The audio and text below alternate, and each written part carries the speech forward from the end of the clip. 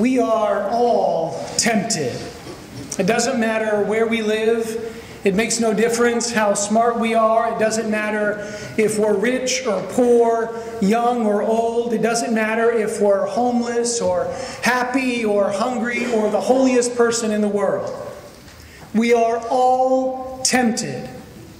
Thoughts creep into our heads and circumstances present themselves, and the people around us pull us one way or another. Temptation is as common to us as human beings as the air that we breathe. And until we're 6 feet under the ground, we will always be tempted. And we know this from our readings. Whether you're in the garden with everything you need, or in the desert where there is no one around you, you will be tempted. I mean, just look at these places that we visit in our readings today and see how the temptations differ in the garden and in the desert. If we're in the garden with Adam and Eve, the temptation will always be to take for granted what we have been given, whether it's friendship or money or resources. Our tendency is always to misuse them or try to take them for ourselves so that we can possess them. This is really at the heart of the sin of our first parents, was to take the gift that God had given to them and take it for themselves, for their own, so that they could somehow be self-sufficient and separate themselves from a need from their relationship with God. This is the temptation of abundance, to seize for ourselves and to use it for our own power. But be careful, because the garden isn't the only place where we can be attacked. The desert is also fair game for the devil. If we are in the desert, the temptation is to take anything that comes our way in hopes of saving ourselves from a sense of emptiness that can surround us. It happens in relationships. I see this a lot when people come into my office and they're lonely or they're depressed or they desperately desire to be in a relationship with someone. And because of that, they'll enter into a relationship with anybody. And they'll sacrifice their own dignity for the sake of feeling loved. It's the temptation of the desert. It happens in business. If things are going bad and the market is low, people start to do things that are dishonest just to try to make ends meet. It happens in the life of faith. If prayer is going poorly and someone's relationship with God feels dry, there is a temptation to abandon the idea of God and try to do it on our own. Try to fill ourselves on our own, but this lack that we have within us, we try to do it all on our own. It is the temptation of the desert to grasp at anything that comes our way. My friends, it doesn't matter. It doesn't matter if we're surrounded by trees and fruit or by sand and stone.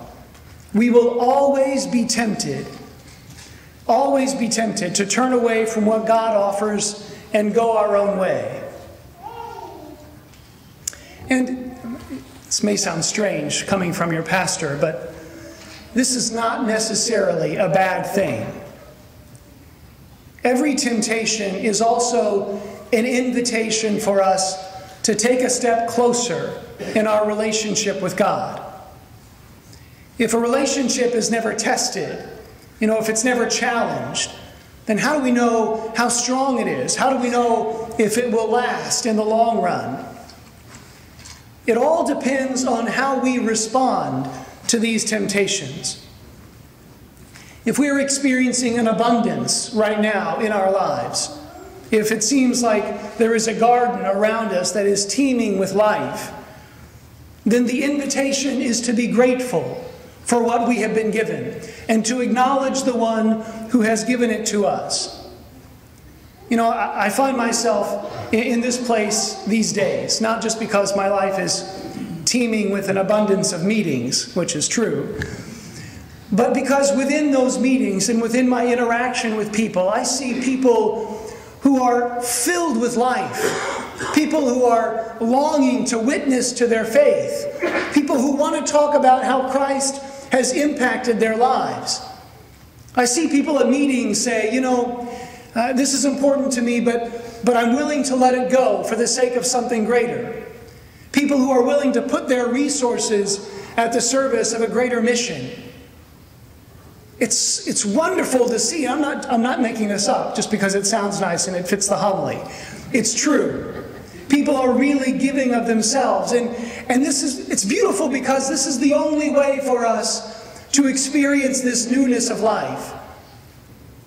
And so, in your own life, if you find yourself surrounded by this newness of life, by this abundance, be thankful for what you have been given.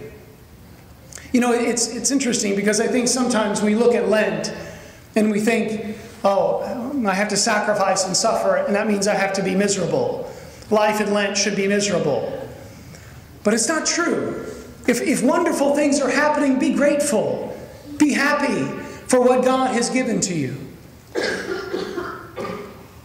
And if you find yourself in the desert, if you are lonely, or if you're struggling to make ends meet, if your prayer life feels as dry as the desert floor, then the invitation is to move towards water. Move toward the life-giving spring of grace. And it's hard. I know it's difficult. It's tough because it means that there's going to be pain. It means that there's going to be suffering. It means that there's going to be sacrifice. But I want to encourage you, keep crawling. Keep crawling to the water.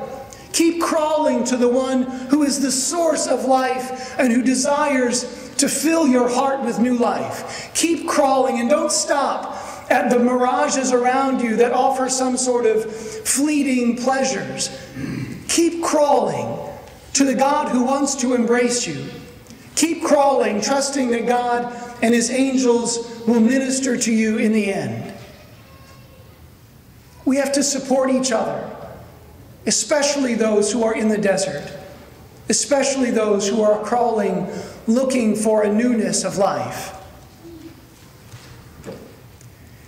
This is Lent. Welcome. Welcome to Lent. It is the desert as much as it is the garden. It is a time of temptation, but it's also a time of invitation. It all depends on how we respond to the temptations that are set before us.